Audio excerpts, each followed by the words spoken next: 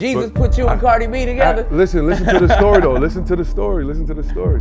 So one of her closest friends happened to be a girl that I went to church with. Oh wow. You know, back in the day. Like so when I started making music, she put Cardi onto it, and Cardi was like, "Oh, I like this." You know what I'm saying? Yeah. Cardi out of the sky blue, like she wound up just doing a little video to the song at a gas station.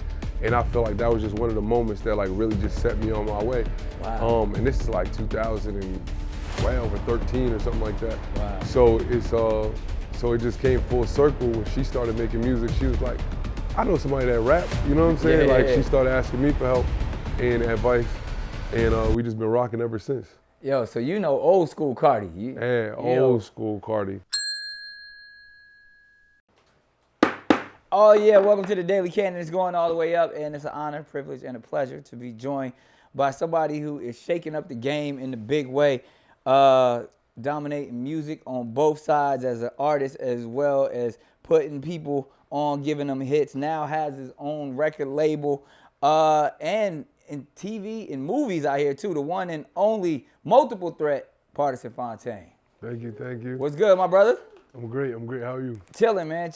So a lot of people know your work, heard the name, but I feel like now is the moment where you're getting ready to just take over the game and let it be known that you solidified your skill set as a multi-talented individual. So they probably know you from different spaces, from writing hit songs, and then being an artist, and being on Raising Canaan. You know what I mean? So, like, what do you want to be known for? All of it. I want to be known in multiple spaces, just being, maximizing all of my talent and maximizing all of my potential and opportunities. All right, so I love it. If you had to describe Pardison Fontaine's music or image in an emoji, what would it be? In an emoji? Yeah. Shit. Either like the hand, you ever see like the hands just like this? I guess people use it for prayer like this. Yeah, the prayer hands. But like, you know what I'm saying? I got whatever you need, you know what I'm saying? Y'all come over here, I got it, you know what I'm saying? There it is. You need an actor, you need a sex symbol, you need some music, you need some video advice, whatever it is, I got it. Now, you're known to make music for the ladies, specifically like your music, as well as, writing Others' hit music, songs for others. What's that vibration, man? Where does that come from? I think it's just like a general appreciation. I like really just think that women is like God's best project. You know what I'm saying? I like agree. The best thing he ever dropped for real. Like, so I guess like that adoration just always shines through in the music, and I think we're on the same page when it comes to our love for women. Does it seem to get you in trouble like it gets me in trouble? It has in the past. In the past has tended to get me in a You little think bit. you got it together right now? Is it because I'll be trying to front like I got it together most of the time, but it's a constant struggle for me. I think it's just being honest with who you are. Like when you first stepping into it, you like like you know what I mean. You're trying to fit into, what you feel it's supposed to be. But right now I'm just able to be honest and Are we hearing the honesty in your music, or just how you rocking? Both, Okay. absolutely both. So that's been my new policy. Cause you been saying some real shit in your music, but it's like you get into it. I feel like music as artists, we get the opportunity to say the things we normally wouldn't say if there was no track behind it. Yeah, I mean, in your artistry and in the music, you got creative license, and you can kind of say things that you may not have been able to say, literally or in conversation. Or you're able to create scenarios in which you would have handled it. So I like both, but I'm honest in both as well. So right now you rocking with Toot It Up and Love Shit, right? Yeah. They going crazy, man. Tell me what's the inspiration behind those two? Well, Toot It Up is a record that me and Cardi had, like one of the many that we got where we just collabing. And I think what happened was she wound up teasing it. And on Twitter or something, so people just remembered it, and they kept asking like, yo, where is this at? Anytime I would put a snippet of a song out or something, they like, yo, we want Toot It. And I think it like just resurfaced, so I hit her, or she hit me, one or the other, and they're like, yo, why don't we just put this out? We got a video. It was from like 2-3 years ago. So it was really just for the fans and the people that was just asking. So we wanted to put that out there for them, and it just happened to do what it's doing. That's what's up, man. To be able to have people yearning and asking about one of your records got to be crazy in the state where now people, they dropping, what did they say? They drop maybe like 60,000 songs a day. A day. And every single day there's 60,000 brand new songs, and yours is cutting through.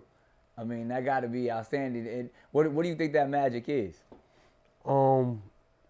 Just I think it's a fun record in a time where some of this stuff ain't so fun. Yeah. It's her and I again. I feel like ever since Backin It Up, it's just always been like a synergy there, and just all of the stuff we ever collabed on. How did that collaboration, that relationship even come about with you and Cardi? Shit, actually God. I gotta put it to God, right? Jesus put you and Cardi B together. Listen to the story though. Listen to the story. So one of her closest friends happened to be a girl that I went to church with. Oh wow. Back in the day, like so when I started making music, she put Cardi onto it. And Cardi was like, "Oh, I like this." You know what I'm saying? Yeah. Cardi out of the sky blue, like she wound up just doing a little video to the song at a gas station, and I feel like that was just one of the moments that like really just set me on my way. Wow. And this is like 2012 or 13 or something like that. Wow. So it just came full circle when she started making music. She was like, "I know somebody that rap." You know what I'm saying? Yeah. She started asking me for help and advice, and we just been rocking ever since. Yo, so old school Cardi. Old school Cardi. Yeah, like Cardi that used to be cracking jokes on the phone, Cardi. Absolutely. Nah, so then to be able to watch somebody rise and become such a superstar, and you to be a part of, literally an integral part of that success, is that what inspired you to be like, all right, now I'm going to start my own label, I'm going to start, there's something here that we're going to get rocking? That gave me, some of the credentials, and then with several others, like that led to like the Ye's, the Beyoncé's, and all of that. And then I just noticed that I had an eye for talent. Like I started seeing people before they blew up. Right. Like I was hip to Glorilla, like before her first record popped off. Ice Spice I had seen before Munch came out, and I was like, I was calling all of these talented ladies before they blew. And I'm like, I can do this for myself. If I got, I got the power to do so. If somebody put me in, or I put myself in a position to do so, I could just discover the talent that I think is dope and give them the platform. Now, one thing about the industry, when they find somebody who got the wave, when they said because the industry moves on frequencies. And everyone gravitates towards the person who got the wave at that one point. And you could take that wave and take it all the way to the top, or you could take that wave and just, another wave is coming and you're just going to get waved over. Yeah. Being the fact that you're taking the wave and you are the go-to guy in so many spaces, is it more important for you to utilize your wave to turn yourself up, or to become like the mogul, the next, amazing songwriter, producer that is putting talent on? I like to think of it as doing all of the above. Honestly, I think I'm so diverse in the music and creativity because I'm forever learning, I'm forever watching, I'm forever looking, I'm forever, like, my ear is always catching something. I don't think like, how certain producers have a sound, and then you remember when that was hot. Yeah. I feel like I'm always evolving. I'm always looking to grow. So I feel like in multiple spaces and with myself and others, I can always transform or make it a little better. Now, somebody else that you may look up to or that is in a similar space to yours, do you have anybody like mentors that you say, yo, I'm gonna crash the game like this person did? When I look at somebody that I look up to, or I always like the way they do things, it's got to be shit. That was about to sound crazy.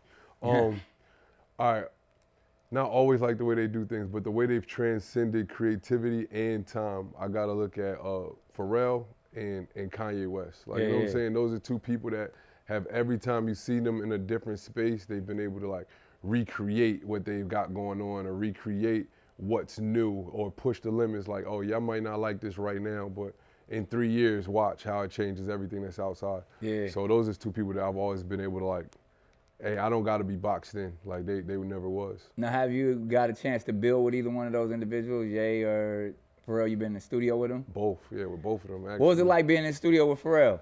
Pharrell is dope. Like first off, when you see him, he just come in, he be like, hey, how you doing? Hey, how you doing? How you doing? But he's tough. Like you know, he knows what he loves. He knows what's important to him, and he's also just trying to push the limit. Like I played my first few records for him, and it was probably like a chorus on something where I sang a little bit, and he was like, nah, you got a nice tone. Like your tone is like you need to explore that more. You need to go more melodic on a lot of your stuff. You got a tone that we don't really see. I didn't know you could do that. Yeah. And so it was just showed me like, damn, I could really embrace all of my artistry. And what about Ye, being in the lab with him? Ye is like, he gave me like ultimate confidence. Like, you know what I'm saying? Or just an example of ultimate confidence is nobody could tell him nothing about his creative process or which way he's going, and he's 100% locked in on it. And he don't mind drawing from nowhere. Like the last time I seen him, I had a pair of shoes on. Motherfucker started taking pictures of them shits. Like yeah, I brought him. Matter of fact, we brought him some merch. I brought him some merch out to I think Japan, and he's like, "This is nice. Where'd you guys get this? Yeah, these are samples now. Like you know what I'm saying? So he don't mind taking from anywhere, anytime as inspiration. So yeah, our kids play basketball together, and we were, you know, I had on like one of my incredible jackets from over here. He's like, I like that. I need that jacket. Yeah. And I was like, here. Yeah, like he's just one of those dudes that's always thinking and like always plotting and planning. Yeah. You're in the inner circle now. Like you got secrets about artists that most of us only hear about. You know how songs are made. You know how culture is created. What's some of the like wildest experiences that you've had like in creating a song or even being in a session? Some of the wildest. Even like this is just funny. He said, "Yeah, when I was in Japan with Ye, it's like, it's like you moving around like that." Yeah, like I appreciate the ability to. Like a lot of people just know me for one thing or the other, and I be telling them like, listen, like my creativity is respected out here. Yeah, but that's what I was saying. Like you got the wave. A lot of people don't know. Like it's literally billion-dollar corporations and heads of labels and executives that are like, I need to meet with that guy. I need to hear what he's got going because. One, you created a track record and you did it, you know, without their help. So now they're like, man, imagine if we had this guy within our system, we can really take it to the next level. Absolutely. The craziest thing I would see like, yo, is before a record peaks or before a record breaks, like I remember there was one particular record we tried to get an artist on, right? And we gave it to them, and they was like, I don't really like the hook. I don't really hear it for this song, and they sent it back. And I remember we were kind of discouraged. We was like, damn, maybe the song ain't what we thought it was for a second. You know what I mean? Like, yeah. But I was like, nah, this is it. And then another artist got on it, and the song became a #1 smash. Yeah. Right? You know, it's like, damn. People don't understand that too. Like a lot of times, like you hear. You know, Babyface talks about it a lot of like how he wrote a certain song for this person and it ended like he was just saying like, you know, he wrote a certain record for Luther Vandross and he didn't want to get on it and then he come back like, oh man, I should have got on it. Or like when Pharrell said most of like a bunch of records on Justin Timberlake's album he wrote for Michael Jackson, and it's like you think about as somebody like yourself who makes hits, how do you know who to give it to? And then when they tell you like, I ain't really feeling it, like. It seems like with all the examples that even you just gave, it always works it out, right? The universe always works itself out. What they say, ideas come through you, right? You don't have ideas, they come through you. So your job is just a vessel for God's work. Exactly. Your job was to make it. I'm going either if that person don't do it, somebody else going to do it, and it's going to be a hit. If it wasn't, Michael didn't do it, Justin Timberlake did it, it was a hit. Yeah. You know, like so. It's just crazy how they work themselves out. Just create, just and make how you feel, and the universe to do the rest. So what's one of your records that was slept on that ended up becoming a monster? One of the records I was involved with that was a monster. That was like, I think WAP was one of those records that was just like, Really? yeah, like that one and Yeah, because even WAP, I mean, like shouts out to my dude Ayo, who actually was like the actual producer on it. He was even telling me the story. He was like, that was just a beat. Like he was like, he wasn't even thinking about like when he made that, he was like, this gonna be the number one smash right? that Like, it was. Like a lot of producers talk about that, like they just make stuff and then that becomes the biggest song of their career. and that's the one thing about producers. I'll be like, bro, let me just get the hard drive, because you gonna sit here and play me what you think I like, Right. And then I'm not gonna hear it. Let me hear what I need to hear in this hard drive, because I know it's here somewhere. Just leave the hard drive with me. Yeah, like Ayo is one of those people. That's my guy too. Shout out to him. We've been in this stew many a times. And out of probably 25 beats, that was just one that he sent that day. Yeah. You know what I'm saying? And we liked it, and it was like, all right, let's make some shit. Man, that's crazy. That's crazy. So the love shit, that's the other joint that you got rocking. Tell me about that one. That came actually off of a Cardi tweet, right? Like she was like, I don't like this little shit talk. Don't nobody ever call me little shit. I don't like this new shit. So I'm like, I'm in this just fucking around with music, and you my little shit, babe. You my little shorty. Like, you know what I'm saying? And it just sounded fire. You know, I teased it online, and people was like, what's this? What's this? You know what I mean? So I was like, all right, let's give it to them.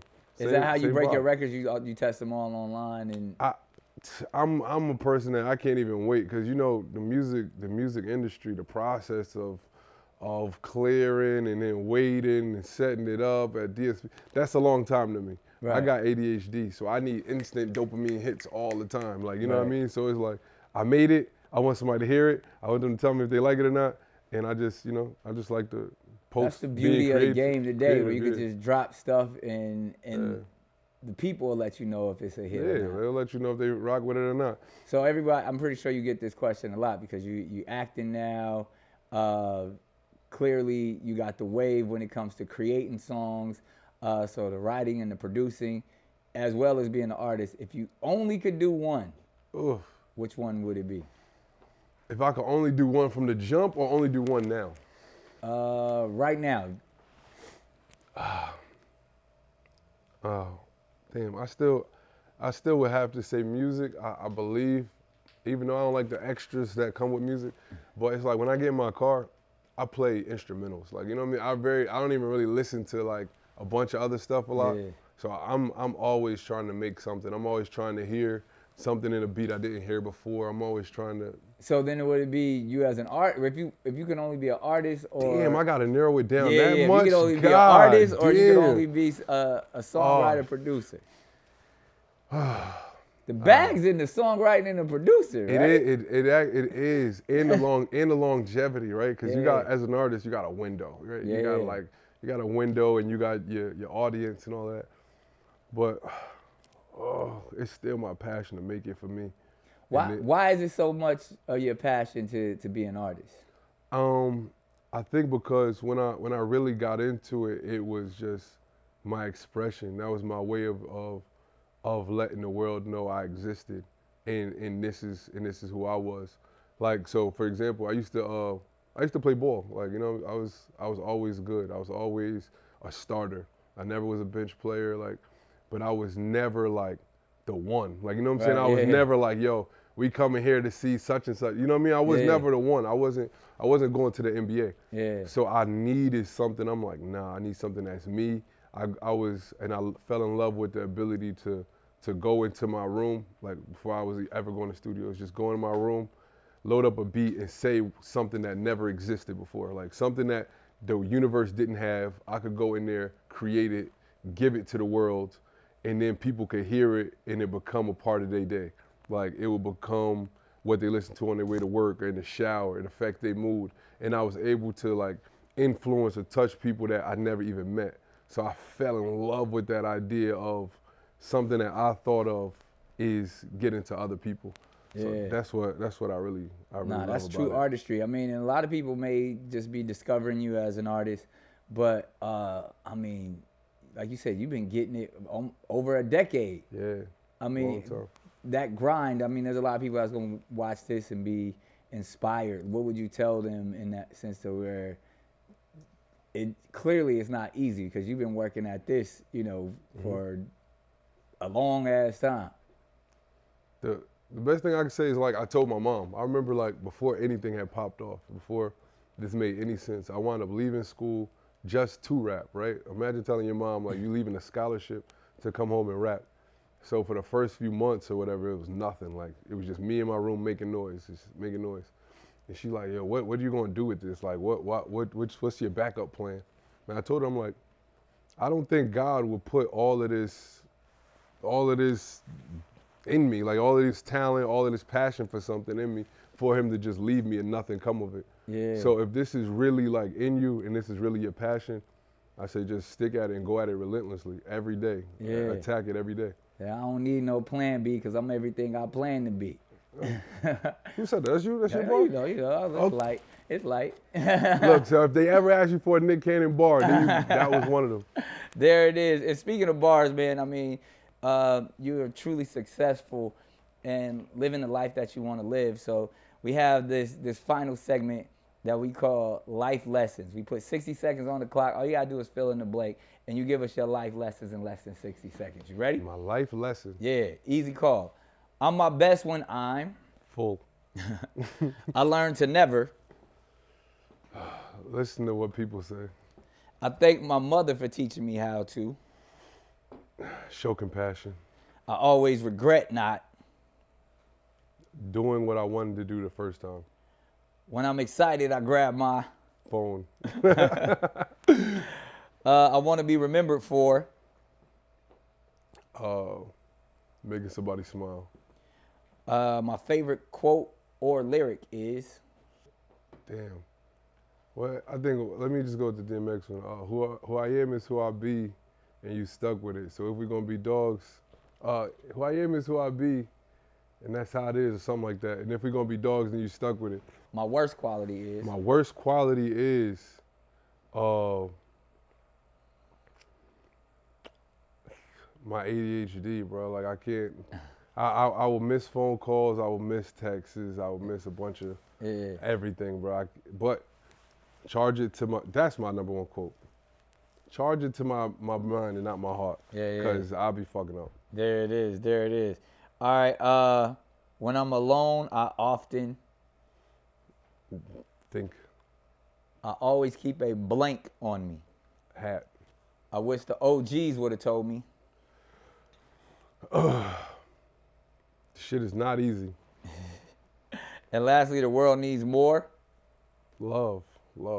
Need there more love is. And compassion, yeah. And that's your life lessons in less than 60 seconds with Pardison Fontaine, y'all. It was probably 5 minutes, but you got it anyway. When we cut it, that shit it's gonna be 60 seconds. Good shit. Real talk.